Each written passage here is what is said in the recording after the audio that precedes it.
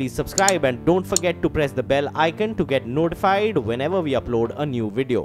गौरांग शाह हमारे साथ जुड़ गए हैं। Gaurang, good afternoon. देखिए, स्थिति तो बहुत खराब है। किसी भी देश में इस तरह की बाढ़ आना वाकई में इकोनॉमी पर एक बहुत बड़ा झटका लाती है, और अगर आप जनजीवन के लिहाज से भी देखें, लोगों की हालत वाकई में काफी खराब देखने को मिली है। अगर आप बाजार के पर्सपेक्टिव से देखें, केरल में कई ऐसी इंडस्ट्री है जो पूरी इकोनॉमी पर असर डालती हैं। टायर बिजनेस हो, एफएमसीजी प्रोडक्ट्स हो, जैसे सोनम भी बता रही थी।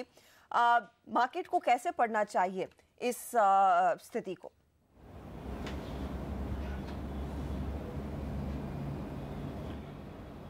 बहुत बहुत शुक्रिया हर्षदा जी। और एक बात और जोड़ना चाहूँगा यहाँ पर कि हमारी जो कंपनी है जियोजित फाइनेंशियल सर्विसेज जी, इनका कॉर्पोरेट ऑफिस यानी कि मुख्य कार्यालय जो है वो भी केरल में स्थापित है, और काफ़ी कुछ हामी पहुंची है वहाँ पर बाढ़ की परिस्थिति को लेकर के। लेकिन तो ये पहले उसी का अपडेट दे दीजिए गौरांग, पहले उसी का अपडेट दे दीजिए, क्योंकि जियोजीत भी केरल वाली ही कंपनी है। वो मेरे दिमाग से पता नहीं कैसे स्लिप हो गया। शुक्रिया याद दिलाने के लिए। कैसे जूझा है कॉर्पोरेट ऑफिस में, कितनी शाखाओं पर असर पड़ा है, आपका पर्सनल एक्सपीरियंस क्या रहा है इस बाढ़ को लेकर?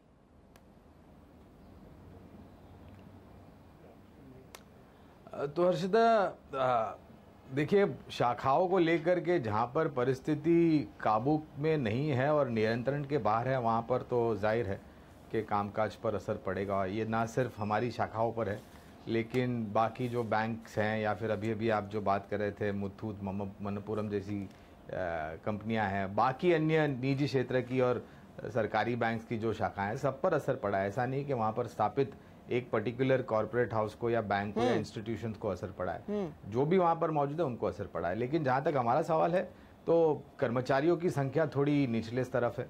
ऑपरेशंस में कामकाज थोड़ा धीमा चल रहा है, क्योंकि हमारे जो साथी हैं, हमारे जो मित्र हैं जो हेड ऑफिस में काम करते हैं, उनको अपने घर को बचाने की ज़रूरत पहले पड़ी है, और कुछ जगहों में तो 10-10, 12-12 फुट पानी तक भरा हुआ है।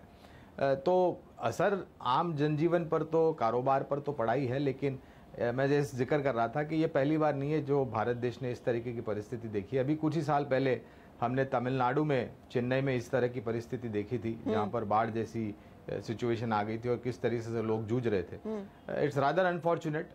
मैं उम्मीद रखता हूँ कि प्रशासन यानी कि राज्य स्तर पर और केंद्रीय स्तर पर इस पर थोड़ा बहुत ध्यान दे और ज़्यादा बहुत जो काम करना है वो करें। जी, इनफैक्ट ये अपडेट ये भी आ रहा था कि कोची एयरपोर्ट तो बंद है, लेकिन एक नेवल एयरबेस को तैयार किया गया है एयरपोर्ट के तौर पर, और वहां पर एयर इंडिया की पहली फ्लाइट लैंड भी हो चुकी है। तो धीरे धीरे करके होपफुली स्थिति सामान्य होगी।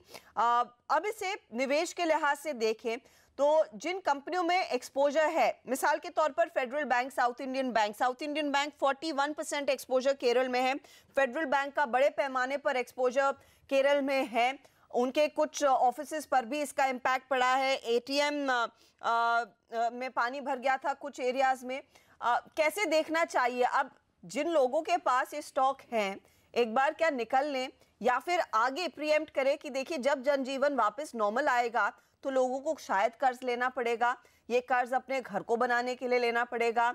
दूसरी कंजम्पशन वाली जो बेसिक आइटम होती है, अलमारी हो, बिस्तर हो, ये सब लेने के लिए पैसों की जरूरत होगी, तो फिर बैंकों के पास जाएंगे।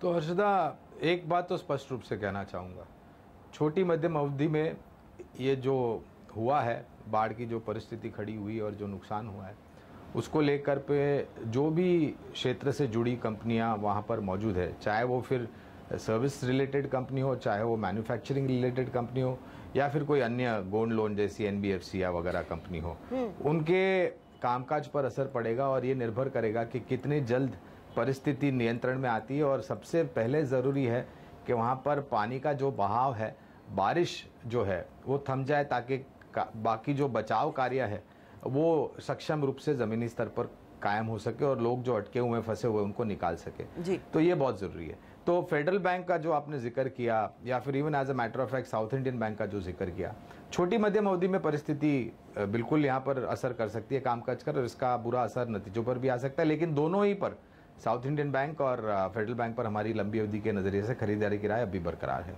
ओके, तो आप कह रहे हैं लॉन्ग टर्म निवेश के लिए अगर उस लिहाज से देखें तो कंपनियों पर फोकस रहना चाहिए, लेकिन वो कंपनियां जो प्रोडक्ट सीधे केरला से सोर्स करती है, मिसाल के तौर पर मैरिको, कोपरा प्राइसेस बढ़ेंगी क्योंकि जाहिर तौर पर नारियल की कीमतों में इजाफा देखने को मिलेगा।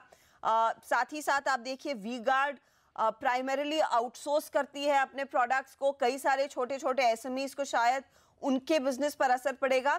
इन स्टोरीज को कैसे अप्रोच करें?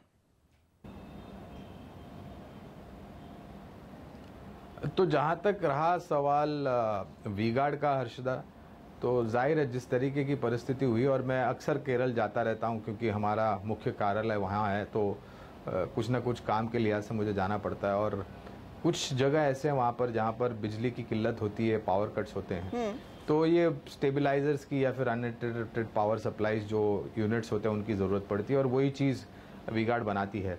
और एक समय था जहाँ पर एक माना जाता था कि वी-गार्ड जैसी कंपनियाँ जो है वो ट्रेडिशनली साउथ बेस्ड कंपनियाँ, उनको बाहर निकलने के लिए काफ़ी समय लगेगा वगैरह वगैरह। लेकिन पिछले 2 साल में जिस तरीके से, और हमारी वी-गार्ड पर भी as a matter of fact disclosure दे देता हूं कि हमारी खरीदारी की राय है, और जिस तरीके से पिछले 2 साल में मैनेजमेंट ने सक्षम रूप से रणनीति को सामने ला करके संपूर्ण भारतवर्ष में अपना कारोबार फैलाने की कोशिश की है, उसको ध्यान में रखते हुए मुझे लग रहा है कि इतना बड़ा नुकसान नहीं होगा। हाँ, जो इन्वेंट्रीज हैं, जो माल पड़ा था उसमें से कितना इंश्योर्ड था और कितना बाहर निकला था, उसको लेकर के एक असमंजस परिस्थिति हो सकती है। और जैसे जैसे परिस्थिति सुधरेगी वैसे मेरे ख्याल से ये सब उपकरण जो खराब हो चुके हैं, जो पानी में डूब चुके हैं, उनको रिप्लेस करने के लिए भी मांग होगी, और नए उपकरण की भी मांग होगी जो ये प्रोडक्ट्स बनाते हैं, स्टेबलाइजर्स वगैरह, यूपीएस वगैरह। तो I feel that short term negativity yes, long term मुझे नहीं लग रहा है कि जल्दबाजी करके आपको लंबी अवधि के नजरिए का जो निवेश है उसमें कोई तरह परिवर्तन करना चाहिए। ठीक है, तो एक बहुत इंपॉर्टेंट पॉइंट गौरांग सामने रख रहे हैं। गौरांग, इस चर्चा को हम